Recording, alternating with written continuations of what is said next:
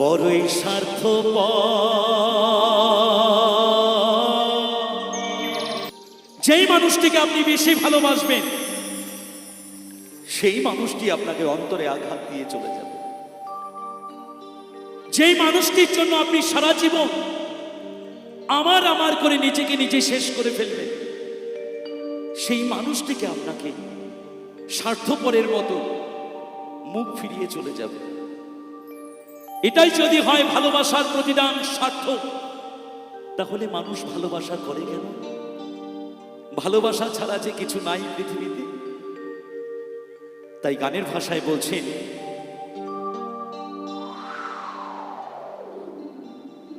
মানুষ বড়ই স্বার্থপর,